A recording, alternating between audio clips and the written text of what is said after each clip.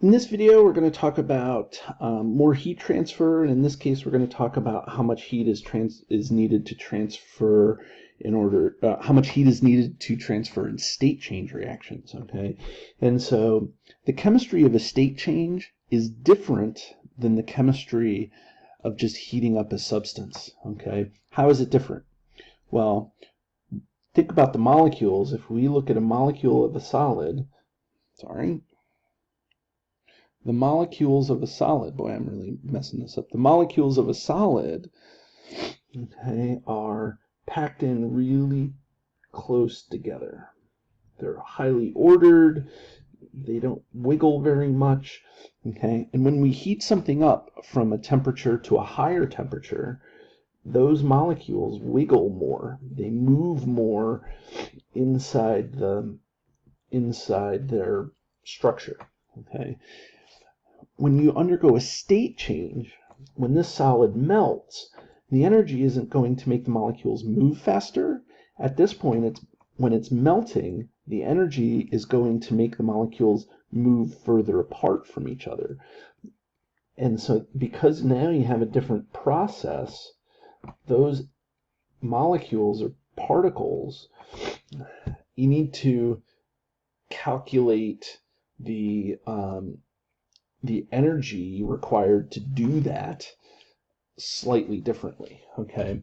And so we use heat of fusion, which is the energy required to make something melt, or we use the heat of vaporization, which is the energy required to turn a liquid into a gas, okay?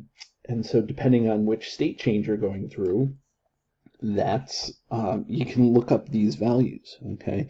Again, there's tables of these in books everywhere, okay? And so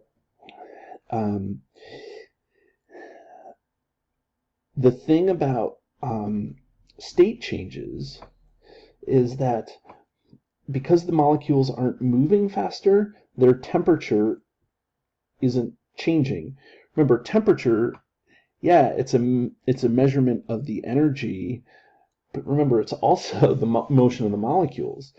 So if they're not moving any faster, but they're moving apart, that's a totally different type of work being done. Okay, so we have to measure it slightly differently. Okay, so it still requires energy to move the molecules apart from each other, but it's calculated differently.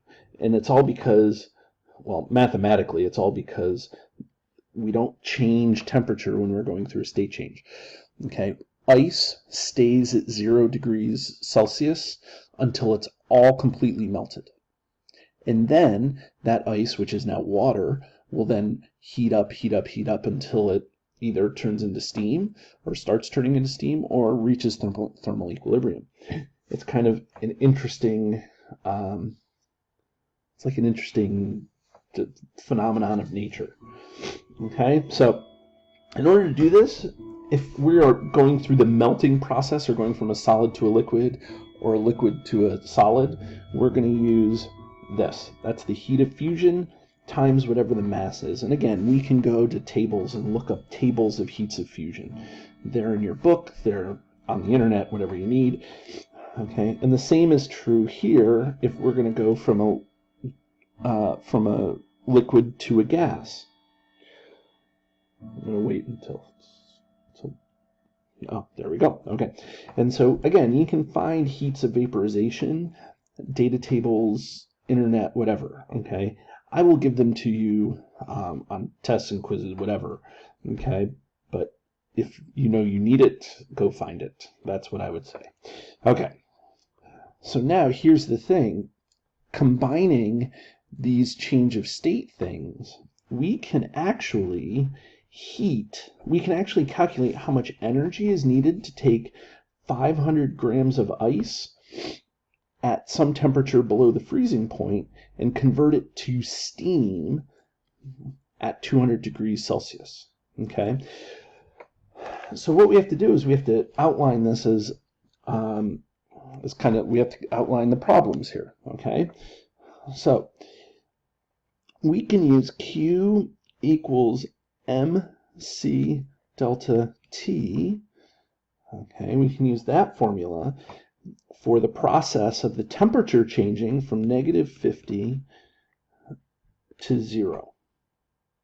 Okay, but we can't use that for the state change. Okay, so the state change, which is the next thing, which is the ice melting, we have to use Q equals the heat of vaporization, or sorry, the heat of fusion, okay, times the mass. That's for the state change, okay, because again, the temperature is not changing. Now, what's the temperature once it all completely melts? It's still at 0 degrees Celsius.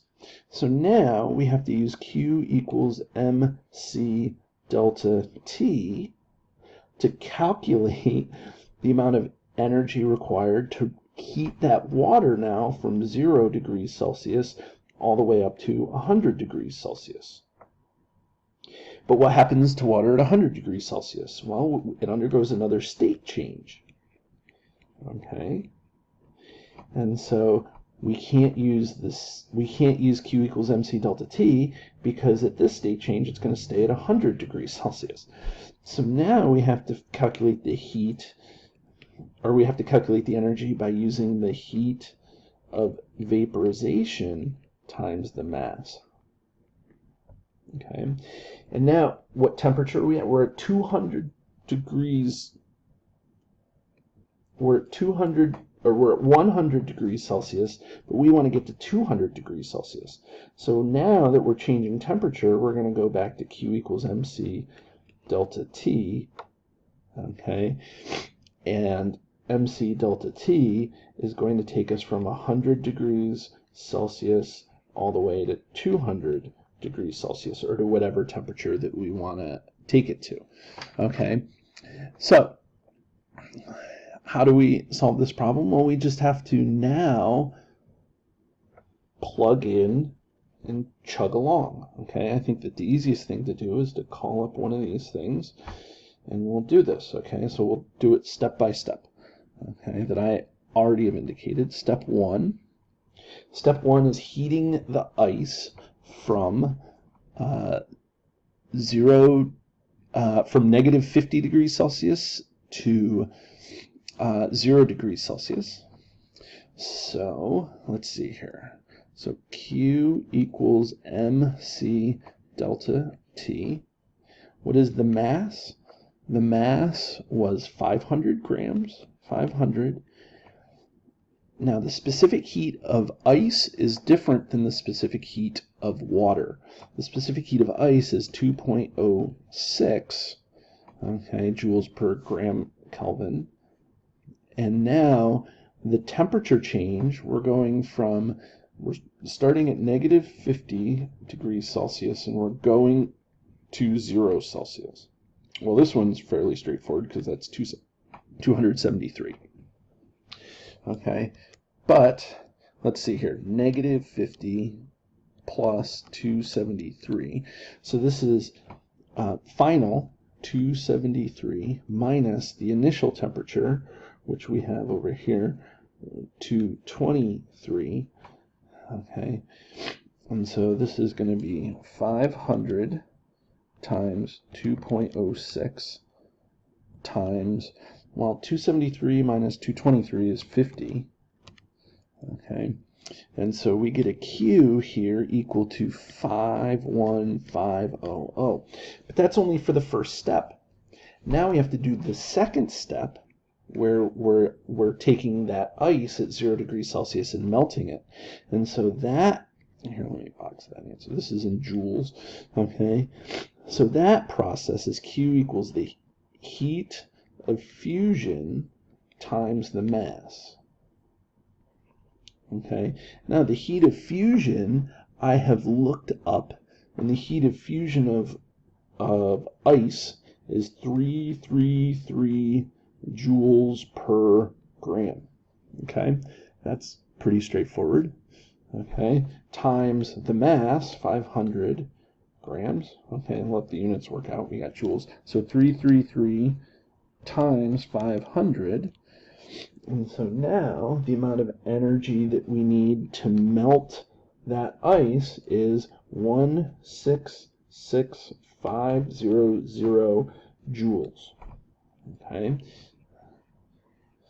that's for the melting.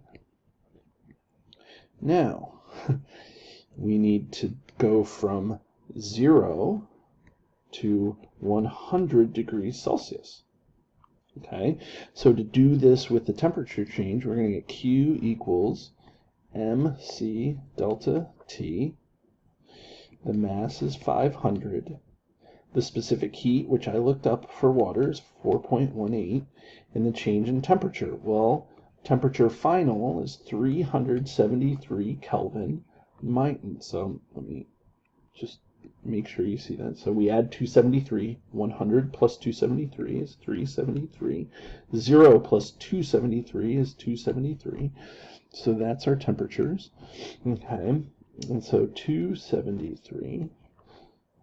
And so now when we do that, okay, we get 500 times 4.18 times 100, and we get 209,000 joules.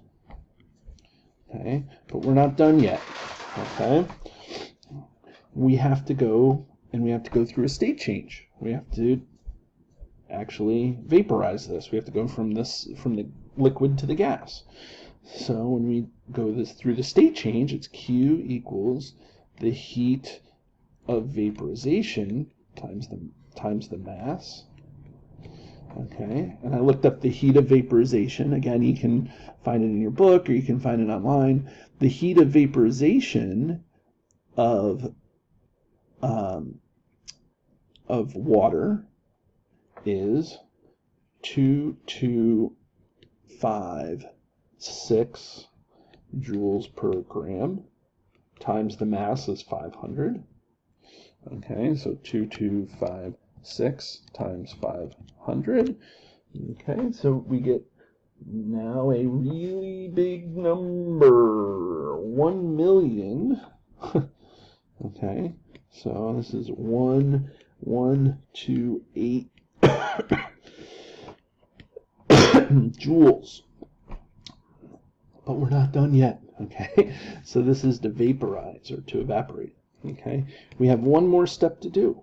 Okay, Q equals mc delta T for the steam to go from 100 to 200 degrees Celsius. Okay, so the mass is 500 still. Now, the specific heat of steam is different than water, which is different than ice. Okay, so specific heat of steam here is 1.86. Again, I just look it up. And then the change in temperature. So 200 plus 273 to get it to Kelvin is 473. And then this is still 373. Notice the difference here is still 100 degrees because you're adding the same factor, okay, to both of them. But and that's true anytime you're taking the difference in a temperature from Kelvin to Celsius. The difference is the same magnitude, but whatever. 473 minus 373. Okay, so now 500 times 1.86 times 100, and so that's now equal to 93,000 joules. Okay, so now all we have to do is take all of those and add them together. Okay, so I think the easiest thing to do is to take this into kilojoules. Okay, so we have 51.5 kilojoules from step 1 plus 166.5 kilojoules from step 2 plus 209 kilojoules from step 3. Step 4 is 1,128 kilojoules. Okay, just so everybody's clear, kilojoules, we move the decimal point over 3 spots. Okay, so that's what that is. And so now we move the decimal point over 3 more spots, and that's 93 kilojoules. So we add those up. 51.5 plus 166.5 plus 209. Oh, is that 209? Yeah. Plus 1128 plus 93. Okay, and so in order to heat water, or H2O, from negative 50 degrees Celsius all the way up to 200 degrees Celsius, it's going to take 1,648 kilojoules of energy. Okay, so I think that is another application of the of Q equals mc delta T.